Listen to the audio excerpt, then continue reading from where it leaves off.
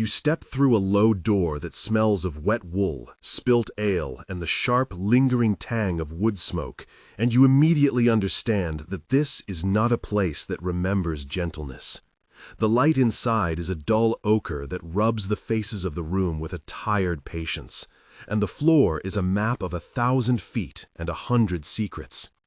You have arrived at a medieval tavern in the late 14th century, and everything in this room keeps time differently than the outside world. This is where rumor takes a shape you can hold, where bread and accusation sit on the same table, and where a single cup, a single word, and a single bruise can change a life. If you like layered stories that smell of steam and argument, like and subscribe and tell us where you are watching from so we can remind you that history was made of people who bled and laughed as loudly as we do. Lower the hood, breathe the smoke, and come with me, because the first sounds you hear are not polite greetings, but the scraping of a bench, the soft clink of coins, and a voice trying to make sense of a night that has not yet ended. It begins with a door opening into a room that remembers you longer than you remember it. The tavern sits wedged between two timber houses on a narrow lane where the rain runs off the eaves into the gutters, and the town scribe would never have dreamed of it being a stage for anything larger than a quarrel about grain prices. The building is squat, with a stone cellar that smells of damp earth, and an upstairs room that is a web of rafters. Outside, the bell tower marks hours for the market and the abbey. Inside, the clock that matters is the hour when the last loaf is cut and the last song is sung. The date is not so much a single year as a season, a chill autumn with early frost, when leaves cling like old letters, and the harvest has made the town both flush and fearful. For this story, the tavern is named the Reed and Kettle, though folk will have called it various things across decades, and on this evening the Reed and Kettle is crowded enough to make the air heavy and the jokes sharp. The main room has a long central table scarred by tankards and knives, benches that have taken the shape of habitual bottoms, and a hearth that eats more wood than good sense. There is a smell of boiling stew that slips past the smoke and clings to collars, a metallic tang of ale that has been kept warm in metal pitchers, the sweet fruitiness of preserved pears in a corner jar, the sour stench of wet coats, and the faintest scent of a candle that has been melted and not replaced. The light turns a man's beard into a map of worry lines, and gilds a woman's braid into a halo of common sense. The tavern keeper, Thomas, stands behind a counter that is more surface than person, hands thick with work, mouth quick to gripe, and eyes that make a habit of noting everything that happens in his house. Barmaid Marta moves through the crowd like a current, tray balanced, voice soft and ready to slice through an argument before it swells. Old Ewan sits near the hearth with a stick of wood and a collection of tales that have begun to look suspiciously like memories. Johann the Bard tunes a small lute in a dark corner, the strings rusted at the edges from use and neglect, waiting for a moment to turn the evening into a song. Reeve Aldrich has a face like ledger paper, checked and folded by duty. Lysa the potter is damp from the market, and her hands still carry a little bit of glint from clay. Brother Ansel has come from the abbey with boots that have more dust than virtue, and Mistress Beatrice has just arrived from a manor not far to the west and smiles with calculation. They become a chorus, a supporting cast, a community breathing around the same flame. The room tells a story of craft and wear. The beams are blackened not only by smoke, but also by the salt of years, and they curve in ways that suggest the timbers were once ship's ribs or trees that leaned into storms. A shelf holds a scattering of plates, some with chips and careful repairs, the pottery of the region stamped with a maker's mark that Lysa later shows to me when she laughs about the way people mend the things they cannot replace. The table itself carries the palms and grooves of 100 kitchen knives. Above the hearth hangs a ceramic spoon that has long ago lost its handle and an iron trivet with a tribal of soot around it. The cellar below is low and damp, and when the light bends down the stairs, you can see jars of salted pork and a cask that breathes slowly, like an animal in sleep. There is a single latrine in the yard that everyone knows to avoid before the moon is high, a rough stone well that has a rope frayed with use. The tavern's door, with a brass ring worn bright in the center, opens to the lane and to gossip that never waits. The social dynamics of the Reed and Kettle are a small world of coexistence and tension that plays out in repeated scenes. Farmers and craftsmen trade news and debts. Wives arrange to collect unpaid rents. The bard seeks stories, and the priest seeks obedience. The clink of mezcal is replaced here by the hollow thud of wooden spoons against trencher bowls, and the politics are as local as a directly spoken insult. On one table, A quarrel about who owes what escalates into a challenge of honor. On another, a child is offered crusts of bread and an apology. The tavern is also a stage for courtship, business, and information. You learn where the best trades happen and who is hoarding grain. Reeve Aldrich makes a routine of asking questions under the guise of casual chat. He wears the town's authority like a cloak, soft at the edges but heavy when pulled tight. When a clothier complains about a missing payment, he records it with a small, deliberate scratch in a book that will not leave his hands. The presence of Brother Ansel is a reminder that morality has a local shape, and that sins will often be settled by gossip as much as by prayer. Marta moves through these patterns, carrying more than plates, ferrying secrets when no one watches. The first real conflict of the evening is an argument over a spilled ale and a broken mug. It starts as an accident and swells into suspicion. Thomas is quick to admonish and slower to forgive. The accused is a young man named Giles, who has come from the fields with hay in his hair and a winter's color in his cheeks. At the center of the dispute sits a cup, a simple glazed ceramic that has been passed across bench and palm for perhaps decades. To the town, this cup is a cup, and to one man it is evidence. A whisper says that the cup bears a mark that belonged to a certain household that recently lost a silver brooch under mysterious circumstances. Voices rise. Old Ewan laughs and tells an aside whose edges glint with rumor. Lysa sets down her clay jar and leans in. There are 8 to 10 direct exchanges as the scene heats, a chorus of accusation, defense, and the weary voice of the keeper who wants his tavern quiet. The crowd names names and shows sides. Master Fuller calls for calm. Mistress Beatrice narrows her eyes. Johann the bard plucks a single note that turns the argument into a tune. Each exchange reveals something, a motive, a fear, a piece of the town's map. The argument crosses into a moment of tension where Thomas must decide whether to throw the man out or to keep him for judgment. For the town, the cup is both symbol and evidence, and its narrative becomes public property. The first moment of tension in this scene is concentrated and compressed into 3 paragraphs of gravity. Giles stands with the mug in his hand, and the room around him seems to hold its breath. Thomas says, "Your clumsiness has consequences." Giles replies, "I am tired. I did not mean to break it." Marta cuts in, "Leave him be. He means no harm." Reeve Aldrich steps forward with the ledger and asks where you were at first bell. Giles answers, "I was mending the fence by the east field," and came when the herding bell sounded. Old Ewan snorts, "You mended fences and lost cups for a living."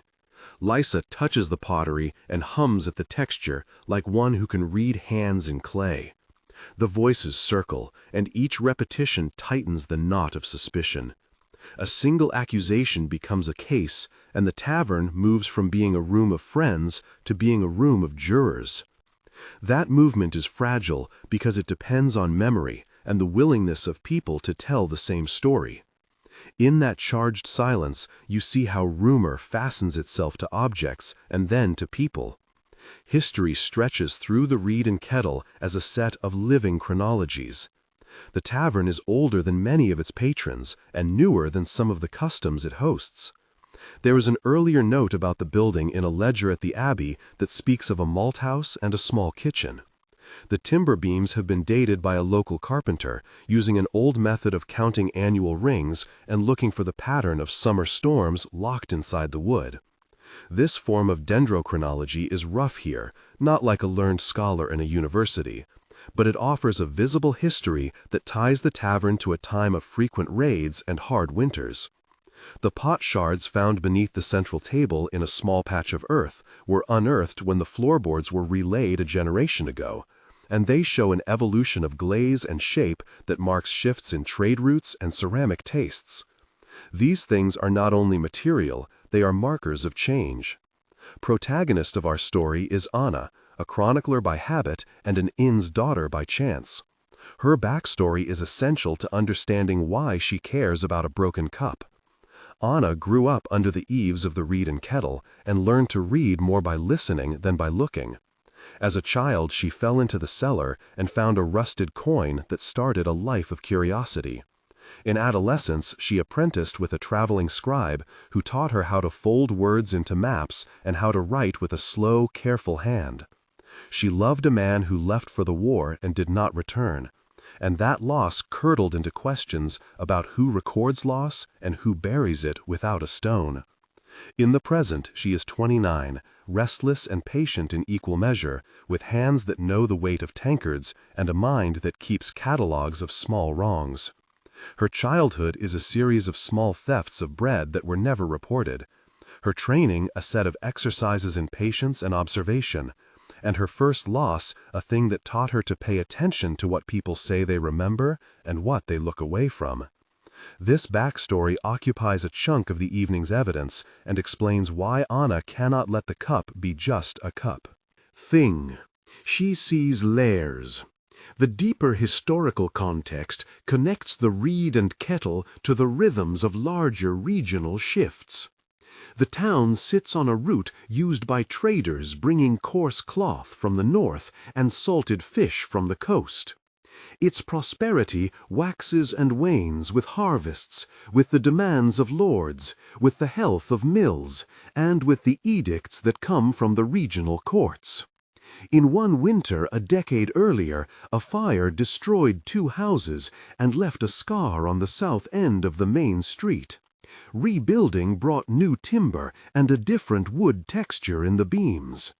There are scars like that in the tavern too. A repaired joist, a mended thatch, a patch of plaster with a different grain. Scholars from the county seat have come to measure these marks and debate whether population growth in the region is a result of trade or of forced resettlement after the last campaign. Professor Margaret Hale from the university argued in a short paper that shifts in pottery styles indicate a new ceramic kiln outside the town and a changing market. Her colleagues, including Dr. Felix Morrow, argued that the difference could be due to imported wares during a boom in merchant travel. The debates are not merely academic. If the town is on the rise, it will attract the attention of tax collectors and lords looking for revenue. If it is declining, its people will move or become more suspicious of outsiders. Anna listens to these debates and archives them like a body collects scars. Theories begin to branch as we examine the cup and the larger social implications around it. One position says that the cup is trivial, a common household item that was bound to break, and that the quarrel is a small pulse in the life of the tavern. Another suggests a deeper story, that the cup is a marker of ownership connected to a brooch that disappeared the week before. A third posits that someone is using the cup as an excuse to draw attention to a personal grievance, and that the entire matter is a performative theater to shame another. These hypotheses are not idle. They each align to actions that would follow. If it is trivial, then the town returns to its measured routine, and the cup becomes a story told with laughter. If it is evidence connected to theft, then legal processes take over, led by Reeve Aldrich and perhaps the Abbey. If it is performative, then reputations are weaponized and relationships severed. To weigh these positions, we require technical explanation. When the cup becomes an object of inquiry, 3 procedures are applied, and each can be described in accessible technical terms. First is visual typology, which involves comparing the cup form, glaze, and maker's mark to a catalogue of known ceramics. This is work of visual matching and reference checking using comparative specimens and archive images. The second is residue analysis, where a sample from the inside surface is taken with a sterile cotton swab and then subjected to simple tests for lipids and plant starches to determine what the cup last contained. Results will only indicate probable contents, like dairy or beer, rather than a definitive food item within this context. This procedure takes a controlled environment and careful labeling of samples to avoid contamination. The third is stratigraphic context, which in this case refers to examining where in the floor sequence the cup shard was found and whether it sits above or below layers that contain other materials like coal or ash. By reading the sequence of layers, we can say whether the cup was dropped before or after a particular floor repair, and thus place it in a relative timeline. Those technical procedures are carried out with the awkward dignity of people who do not have laboratories on site. The visual comparison is done by Anna and Lisa, who put the fragment against known patterns. The residue swab is taken by a traveling apothecary named Thomas, who keeps small flasks for such things. The stratigraphy is deduced from a small section of removed plank where the soil beneath shows a ring of different colors and a small coin that dates to a neighboring Manners mint. This procedural detail, each described in roughly 300 characters, reminds us that evidence is not immediate truth, but produced by methods, and that methods can be imperfect. Theories conflict in the town like weather. There is a faction who trusts the abbey and the reeve and who wants a formal judgment, and another who trusts the tavern keeper and contends that the town should handle matters informally. Anna finds herself in the middle, as she values both the record and the social fabric. The debate draws in outsiders in small ways. Professor Hale writes a short letter asking for permission to examine the piece. A traveling merchant named Peter offers to trade information for a good meal. And a woman from the neighboring parish suggests that the cup might be an heirloom tied to old family disputes. Voices that are academic speak of iconography and chronology, while townsfolk speak of honor and insult. Each perspective frames truth differently. Midway through the evening, the narrative feels like a knot that cannot be pulled without tearing something. This is the natural place for a call to the audience, so we pause to ask you a simple question that matters to what comes next.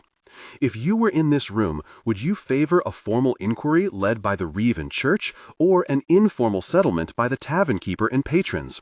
What would you do if you found a piece of evidence that implicated a neighbor? Tell us in the comments which side you take and why, because these choices decide how small communities survive or fail. Your comments do more than react. They become part of the living archive of how people think about justice and rumor. After the comment break, the scene shifts and the stakes widen. A stranger arrives at the door late in the night with a bandaged arm and an accent that does not belong to this lane. He calls himself Eric and claims to be from a larger town beyond the hills.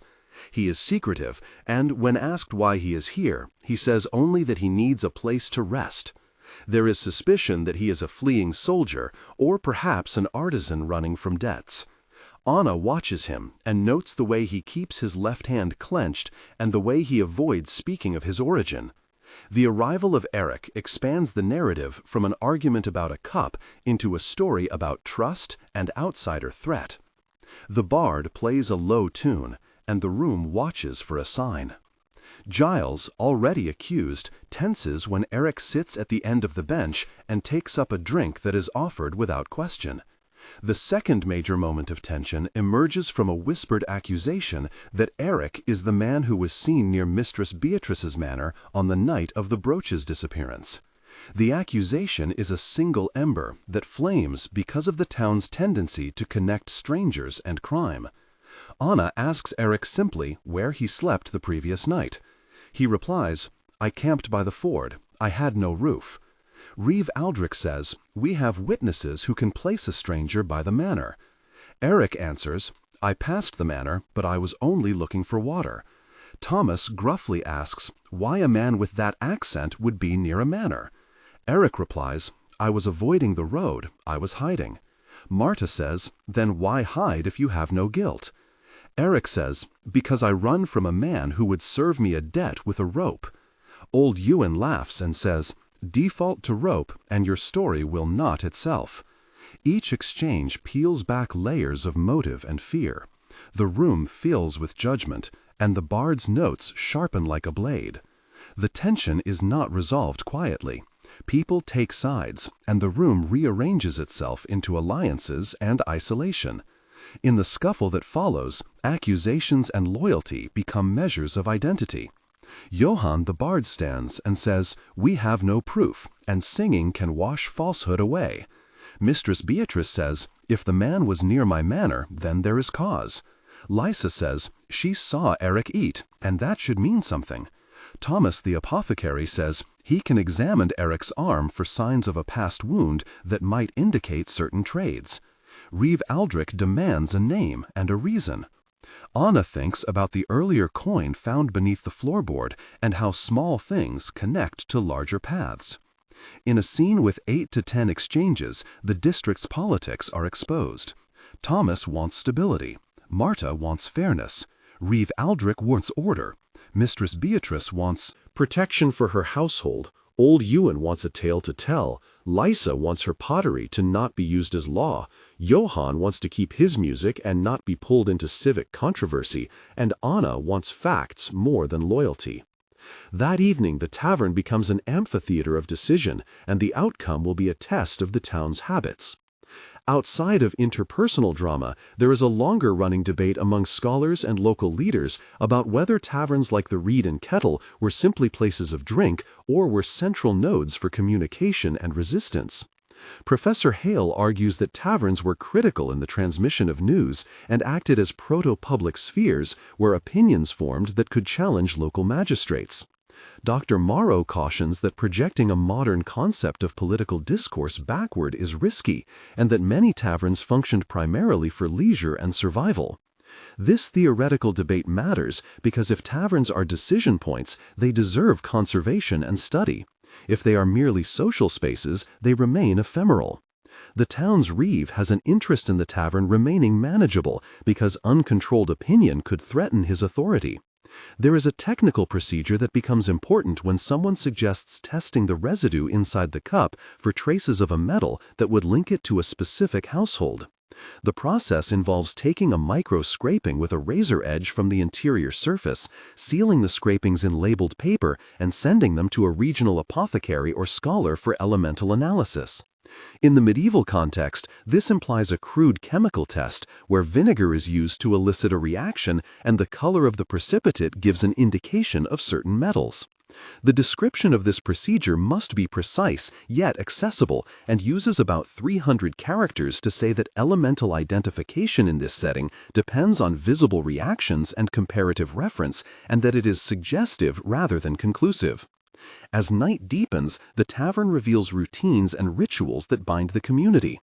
People smoke out their anger with jokes, settle small debts with lines of ale, and keep a ledger that is more a social contract than a legal instrument.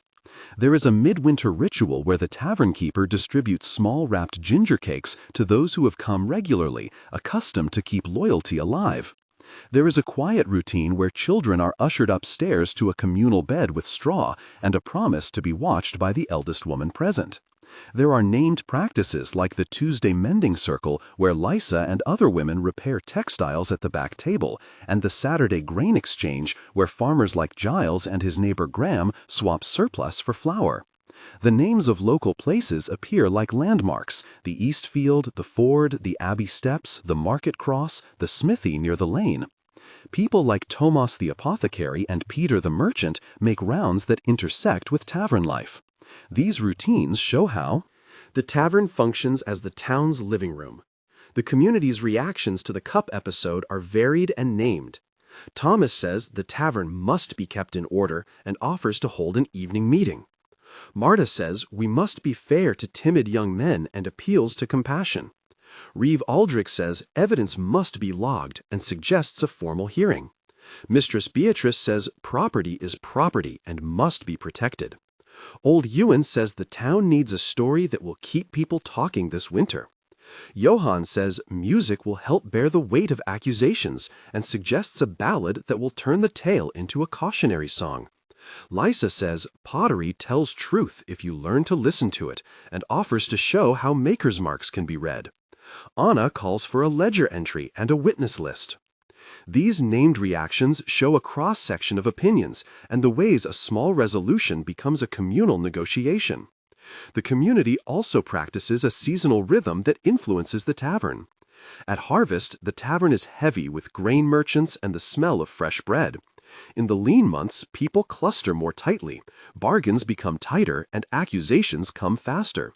The tavern adapts with different foods: seasonal pottage in winter, fresh fish in spring, smoked meat in late autumn, and preserves in summer. The sensory palate changes with seasons, and these changes affect moods. People who survive long winters become adept at telling stories that keep hope alive, and the tavern acts as a repository for such narratives. The story advances when an overlooked detail appears in the data. The maker's mark on the cup is a small stamped icon that matches a sequence of pots made by a nearby potter who was recorded in the abbey accounts as having repaired a chamber pot from Mistress Beatrice's estate. The link is not direct proof, but it creates a plausible connective tissue between the cup and the manor. Anna notices that the clay has a certain grit, only found in a clay bed 2 streams over. She points this out to Lysa, who smiles and says she knew that clay by the feel of it. This observation widens the possibilities.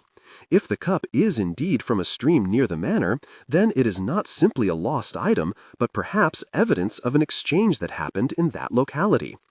The third major moment of tension is a scene of discovery that is concentrated into several paragraphs of tightened narrative. A search of a bench reveals a hidden scrap of cloth pinned with a rusted brooch fragment. The cloth is embroidered with initials that match a name known to the abbey records. Someone calls out, and the room goes silent. Thomas says, "Who put this here?" And Anna answers, "I found it under the truss when I was mending the bench." Reeve Aldrich commands that the old floor be pried up for a full search. Marta pleads for calm and for evidence before accusation. Eric grows pale and says, "I had nothing to do with that." Giles stands too and denies ever touching that bench. As the floor is brought up, the layer beneath gives way to older soil, and small shards reveal themselves like tiny moons. The discovery is immediate and physical, and it changes the angle of suspicion from cup to cache. For a breath, the tavern is a courtroom and a crime scene and a marketplace all in one. The tension is not only that someone might be guilty, but that everyone now must ask what they might have missed for years. The floor search is handled with careful procedural description. Planks are lifted and labeled, the soil beneath is collected in cloth packets, and a record is made in a small ink book for later reference. One procedural description of this stratigraphic sampling says that the removed soil is wrapped and labeled by layer to preserve the sequence, and that each packet is described for color, texture, and any inclusions like bone or charcoal. This explanation in 300 characters clarifies that layers are evidence and that losing context ruins information. Beyond the immediate scene, there is an emerging controversy that pulls in the abbey and the county. A letter arrives from the steward of the local lord asking for an account of the disturbance and indicating that the manor will review household inventories. Professor Hale writes again, asking for any fragments she can examine. Reeve Aldrich worries that a large investigation will bring taxes and the presence of bailiffs. Mistress Beatrice presses for an inquiry because of the loss of the brooch and the question of inheritance. There are at least 2 broader hypotheses about what is happening. One is that the brooch was stolen by an opportunist and hidden in the tavern by someone who panicked. The alternative is that the brooch was a deliberate plant intended to shift blame or to create a scandal that would relieve pressure on someone else. Each theory produces different political consequences, and both have supporters. As the night softens into early morning, the tavern settles into quieter rhythms, but not resolution. People sleep in corners, the hearth is banked, and the list of witnesses is scribbled on a torn page. Anna sits with a small candle and rewrites the night's events with careful hands, noting names and positions and the small observations that matter later. She knows how easily evidence is misread and how fast gossip becomes truth. Anna decides to catalog every person who touched the cup that evening and to check their alibis for the hours before the cup broke. She starts with Giles, then moves to Mistress Beatrice's household members, and then to the stranger Eric and to old Ewan and Johann the Bard. Naming these individuals and noting their actions is a methodical act of record-keeping that matters because memory is a sieve. Now moves to the role of specialists as people with authority enter the tale. Professor Hale arrives days later with a letter from the university and with a crude magnifier the size of a pocket mirror. She examines the maker's mark and speaks in terms of typology and trade routes. Dr. Morrow, who favors a more skeptical stance, questions whether a single mark can determine origin and whether a brooch fragment proves theft. The abbey's prior sends Brother Ansel to represent ecclesiastical interest, and he frames the question in moral terms about truth and confession. Local merchants like Peter and blacksmith Bram supply observations about who traded clay and who had access to the manor's grounds. The presence of these authorities changes the dynamic because they bring both expertise and agenda. One procedural moment that must be described is the residue analysis carried out by the traveling apothecary Thomas. He takes a minute scraping and places it in distilled vinegar and notes the formation of a light oily ring. He then uses a warm solution and records faint starch impressions suggesting that the cup had contained porridge or a thickened ale at some point. This is explained in about 300 characters, and it indicates plausible contents rather than mens rea. These results lean toward the cup being used for food in common rather than for a ceremonial item. The drama escalates with an accusation made publicly one afternoon in the market when Mistress Beatrice, convinced by partial evidence, declares in a loud voice that the cup proves the theft. The exchange that follows is heavy with consequence and lasts with 8 to 10 direct back and forths. Reeve Aldrich calls for a hearing. Thomas says the tavern must not be turned into a stage for manor politics. Mistress Beatrice says property cannot be dismissed.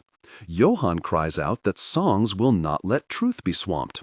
Lysa asserts that pottery can be read and that she will testify. Anna pleads for patience and for witnesses. Bram says he saw a figure near the manor but cannot swear to identity. Thomas says the residue shows common food and cannot point to theft. Professor Hale asks for calm and evidence. Dr. Morrow warns against quick judgment. The shouting draws a crowd, and the town's impression of itself wobbles between solidarity and suspicion. The consequences of this public accusation are not only about guilt, but about social consequence. People choose sides, and houses that were once neighborly become cautious. Trade slows. The tavern feels the chill. Some patrons move to the inn across the lane. Families keep their doors closed, and words become measured. The Reed and Kettle, previously a place where quarrels could be patched with bread and ale, now functions as a contested site of memories that people fear to touch. The town's cohesion is tested because gossip has found a way to make personal grievance into public action. There is a significant turning point when a child, a 12-year-old named Emmett, who often sleeps under the bench at the back, returns a small, folded scrap of fabric he found while playing near the manor wall. The scrap contains the rest of the embroidered initial and a stitch pattern that matches a kerchief owned by a woman at the manor who had been estranged from Mistress Beatrice. The revelation complicates the narrative because it introduces a motive not previously considered, family dispute rather than opportunistic theft. The discovery creates a new layer and shifts suspicion. Emmett is named and lauded for his innocent observation. The child's action shows how small hands and a simple curiosity can realign assumptions. The town murmurs at the implication that the manor's internal quarrels might have spilled out and that the tavern had been made the stage for a private matter turned public. The fourth major moment of tension centers on the moral choice made by inhabitants when presented with this new evidence.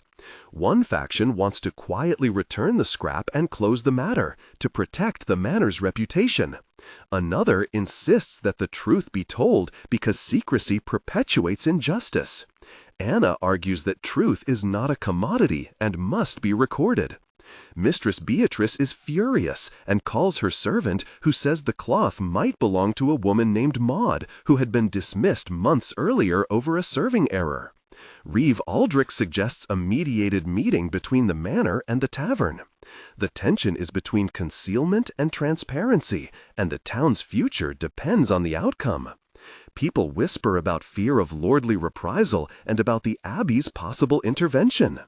As the weeks pass, the official investigation produces a slow unspooling of events. The steward of the manor opens a small inquiry. The abbey records are consulted, and Professor Hale's typology suggests the pottery style matches a workshop that sold to both commoners and gentry. Anna continues her ledger and finds notes about previous small thefts that were resolved quietly. There are 3 brief but intense debates among scholars who disagree on the interpretation of maker's marks and transport patterns. In each, technical details are clarified in accessible language. One scholar describes how glaze composition can indicate the mineral sources within a 30-mile radius. Another notes how wheel marks on the underside identify workshop practice. These technical descriptions are precise and around 300 characters each to keep clarity. The community begins to pivot. The narrative shows that the tavern had been used as a hiding place by a servant who wanted to sow confusion, to decrease patrols on her route to a lover outside the manor.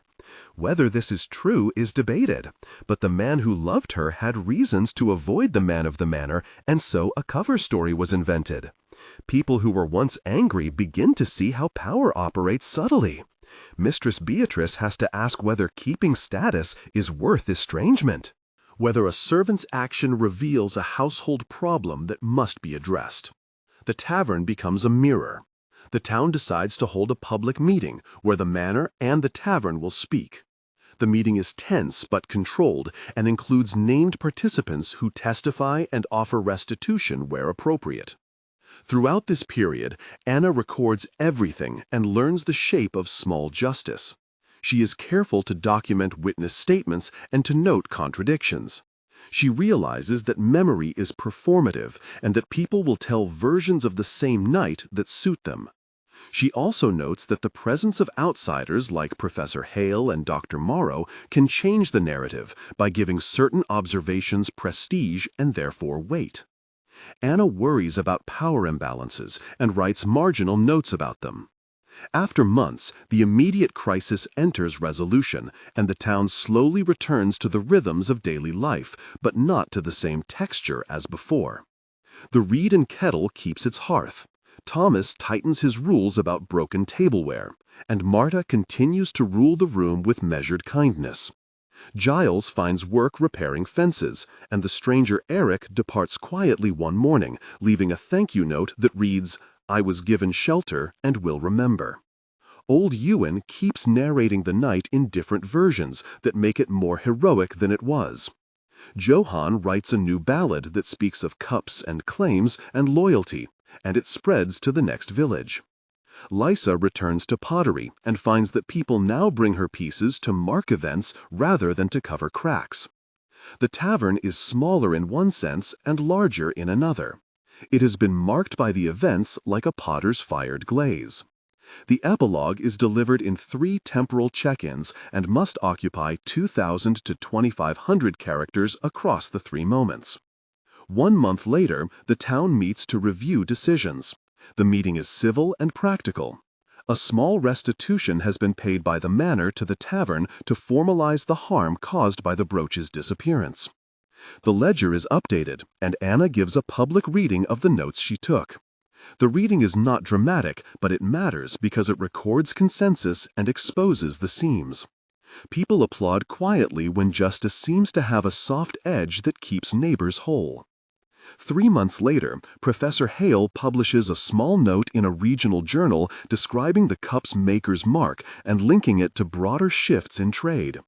The paper is modest but causes scholars to write letters that mention the Reed and Kettle in a tone of curiosity that is only partly flattering. The Abbey organizes a small event to discuss community care and conflict, and Brother Ansel speaks about the importance of confession and repair. The town feels observed but also respected. Anna sells a small set of her notes to the Abbey Library so that the story will be available to future people who wish to learn how a tavern can be a center of civic life. 6 months later, the Reed and Kettle is part of a longer tale. Tourists from neighboring towns come to see the bench where the scrap was found and to hear about the cup. Johann's ballad has spread and is sung in nearby inns. The tavern is steadier now, and the community has passed a small charter about dispute resolution that includes a clause about recording testimony and rotating mediators. The charter bears the signatures of Thomas, Marta, Reeve Aldrich, Mistress Beatrice, Lysa, and Anna. The town prides itself on being able to sit together and debate and to hold both toast and testimony at the same table. The epilogue ends with the sense that small places endure not because they avoid conflict, but because they invent ways to live with it. The conclusion returns us to the emotional core. At the end of this matter, what seemed like a simple broken cup had become a prism that refracted the town's values and fears. Some things proved real material facts: the maker's mark, the coin beneath the floor, the scrap of cloth, and residue tests. Some things remained open: gossip and interpretive differences. But the consequences were concrete. People reconciled, a child remembered, a bard with a new song, and a tavern whose floors now carry one more story. The Reed and Kettle moved from being just a place of drink to being a living record of community life, and its artifacts were taught to mean more than mere pottery. In the end, what mattered was how people chose to respond to uncertainty. If you want to follow the next chapter of this place, the ledger will be open, and we will keep watching the ways ordinary objects become evidence of larger lives. If you enjoyed this deep look at what a medieval tavern was really like, subscribe and stay with us as we uncover more rooms of the past with both respect and curiosity. If you want to know more about the technical procedures we mentioned, tell us in the comments which one you want expanded: residue analysis, pottery typology, or floor stratigraphy, and we will make a dedicated deep dive. Thank you for listening, and remember that history is not only in books, but in the warm, chipped cup in the hand of someone at a table near you.